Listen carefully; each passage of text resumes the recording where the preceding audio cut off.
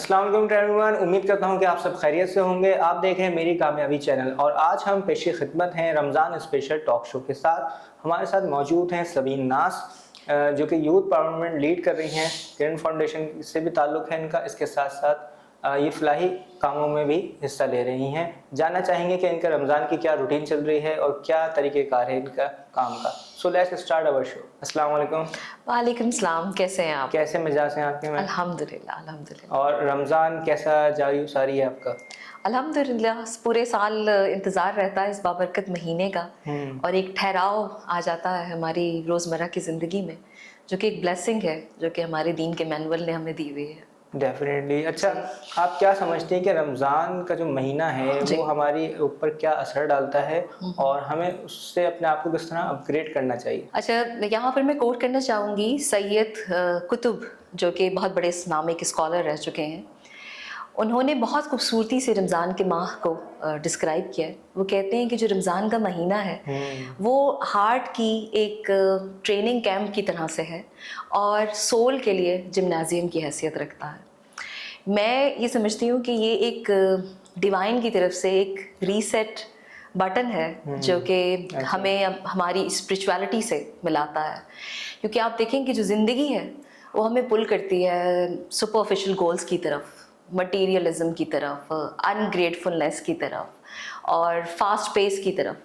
फिर हर साल रमज़ान का महीना आता है एक ठहराव लेके, जिसमें हमारा जो मैनुअल है वो हमें सिखाता है कि हम कॉन्शियस एफर्ट करें सेल्फ कंट्रोल की।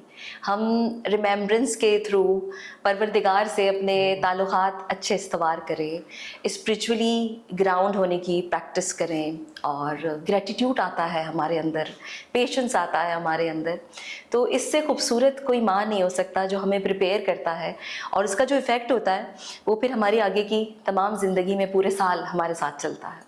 ऐसे ही है क्योंकि रमज़ान का ये पूरा एक महीना जो हमें साल में एक बार मैसर होता है, बिल्कुल। ये हमें एक अलग से जो है ना एक खुशी होती है बिल्कुल और वो जो पॉजिटिविटी क्रिएट होती है उससे आने वाली हमारी ज़िंदगी में भी इफेक्ट पड़ता है। बिल्कुल बिल्कुल। अच्छा, आप क्या समझती हैं जो आप फलाही काम कर रही हैं उसके हवाले से हमारी नौजवान नस्ल है तो वो किस तरह अपने आप को कनेक्ट करे? अगर उसने ये काम करने हैं, इस फील्ड में आना है, तो क्या चीज़ों को उसको इम्प्लीमेंट करना चाहिए? देखिए, सबसे पहले तो मैं ये कहूँगी कि सर्विस टू ग्रेटर गुड जो है वो डिवाइन एक्सपेक्टेशन है और आपको बेंचमार्क दिया हुआ है बेहतरीन इंसान बनने के लिए खिदमत खल्क करने का। आप भी जानते हैं हदीस नबवी है कि तुम में से बेहतरीन इंसान वो है जो दूसरों के लिए फ़ायदेमंद हो। तो अगर आपको बेहतरीन बनना है तो खिदमत खल्क के बग़ैर आप बेहतरीन इंसान नहीं बन सकते। और सेंस ऑफ बिलोंगिंग भी उसी से आता है, क्योंकि कोई भी इंसान, हम एक इकोसिस्टम का हिस्सा है, चाहे नौजवान हो, चाहे बच्चे हों, चाहे बूढ़े हों, हम एक इकोसिस्टम का हिस्सा हैं और no one can grow in isolation. हमें कलेक्टिव गोल्स को लेके चलने के लिए बहुत ज़रूरी है कि हम एक दूसरे की जो सक्सेस है उसको अपनी कामयाबी समझें।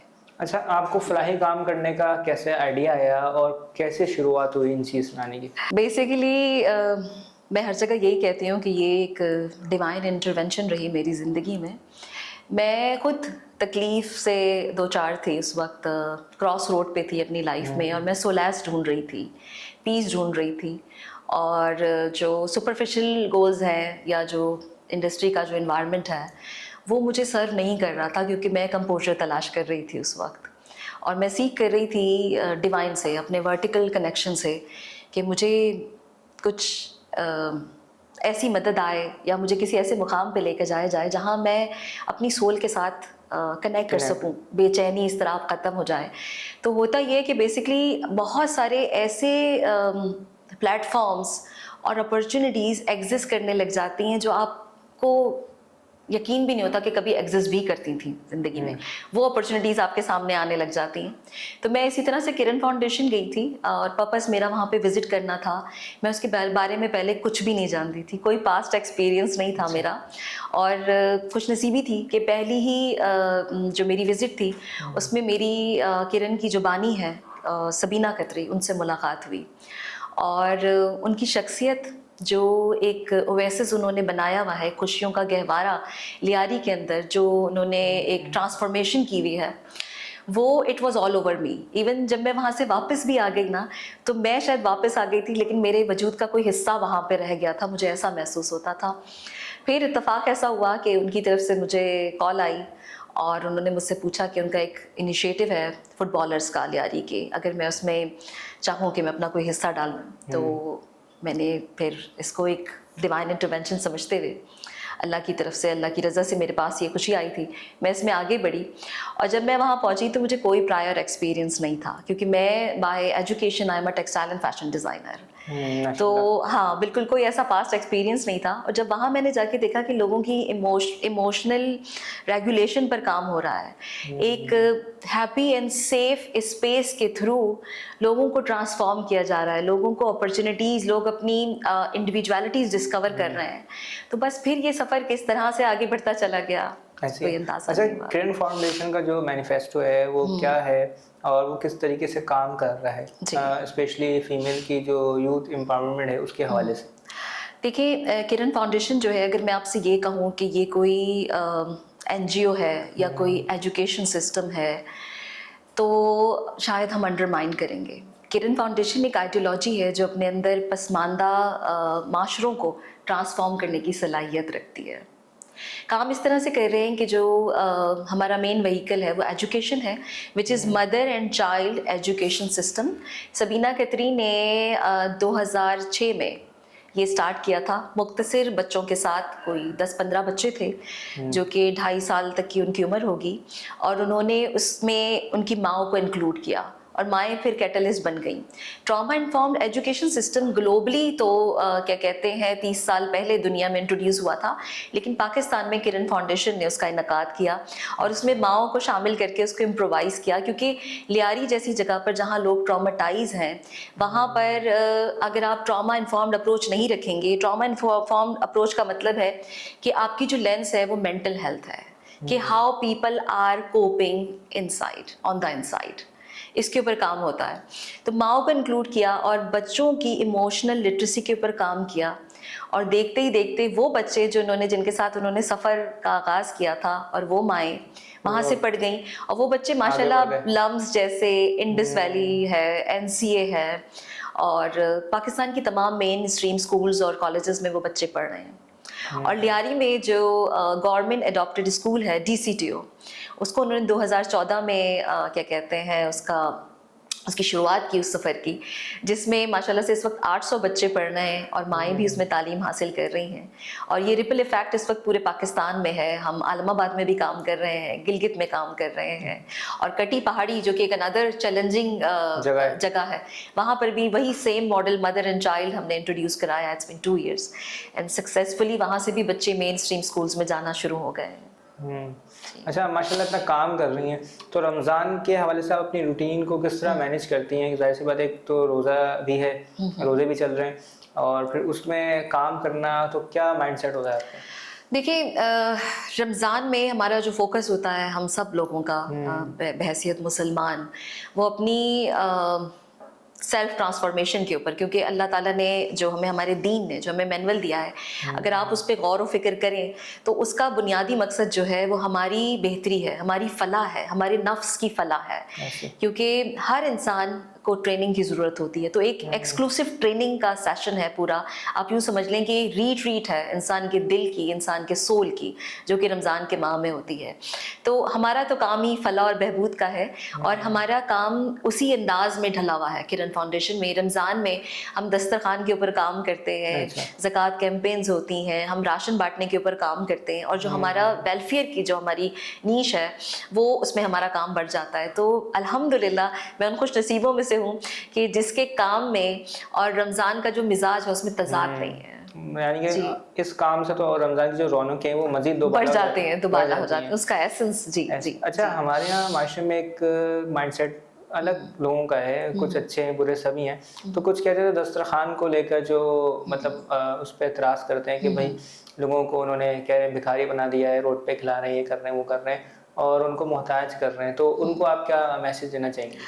देखिए मोहताज करने वाली तो सोच इस वक्त यहाँ पर रमज़ान में अप्लाई नहीं होती, क्योंकि रमज़ान तो है ही बांटने का नाम। और हम जितनी भी अच्छाइयाँ अपनी बढ़ा सकते हैं उसका बार हमें ऊपर लेके जाना होता है, और इससे खूबसूरत तरीका नहीं हो सकता कि आप लोगों में बांटें, खुशियाँ बांटें। और खिलाना तो मेरे ख्याल से हमारे दीन का एक सबसे खूबसूरत जुज़ है। और कभी भी हमारे आप जो डिमॉन्स्ट्रेशन है, आप हमारे औलिया अंबिया की लाइव देखें कि उनके दस्तरखानों से कभी भी कोई खाली पेट वापस नहीं लौटा है। Definitely yes. जी जी।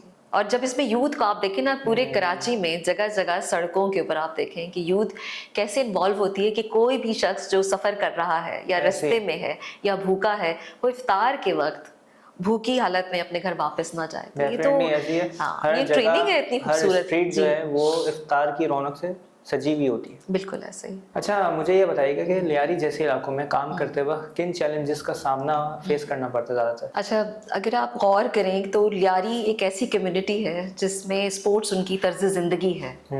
हथियार की जगह फुटबॉल ने ले ली, गिटार ने ले ली। तो वो ऐसी जगह पे जहाँ पे स्पिरिट स्पोर्ट्स के अंदर हो, आइडेंटिटी स्पोर्ट बन जाए, वहाँ पे जब हम अपॉर्चुनिटीज़ की बात करते हैं तो हम बदकिस्मती से एक ऐसे मुल्क में रहते हैं जहाँ पे स्पोर्ट्स को एज ए प्रोफेशन ना ही सपोर्ट है और ना ही ये सिक्योर है। और बहुत मुश्किल से, एक्सक्लूसिव अपॉर्चुनिटीज़ तो है ही नहीं, बहुत कम अपॉर्चुनिटीज़ हैं, और जो हैं वो भी उसमें अगर खुदा ना खास्ता अगर आपको कोई इंजरी हो जाए तो फिर you have nothing to fall back on.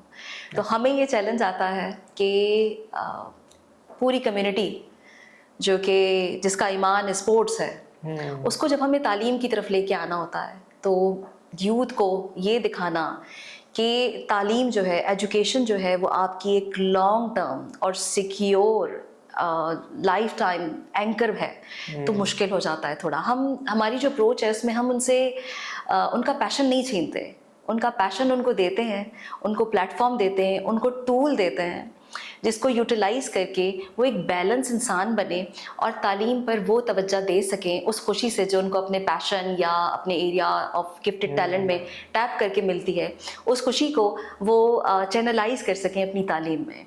और हमें उनको तालीम की तरफ लेके आना जो है वो हमारा बुनियादी मकसद है। तो एजुकेशन हमारा बेसिक व्हीकल है जी। यानी कि स्पोर्ट एंड एजुकेशन को आप दोनों को एक साथ लेके चलना चाहिए। अगर हमें बैलेंस ह्यूमन बीइंग्स क्रिएट करने हैं तो उसके लिए हमें उनको वो मौके फराहम करना हमारे लिए बहुत ज़रूरी है, क्योंकि देखिए मोनोटनी है, इम्पोज गोल्स होते हैं क्लासरूम की ट्रेडिशनल बाउंड्री के अंदर, ऐसे। और बच्चों को फिर अगर वो एवेन्यूज़ नहीं मिलेंगे जहाँ वो सोशली और इमोशनली ग्रो कर सकें तो फिर बच्चे कहाँ जाएंगे? क्योंकि हम बच्चों को हमेशा एक एकेडमिक लर्नर की निगाह से देखते हैं, but above all they are emotional beings.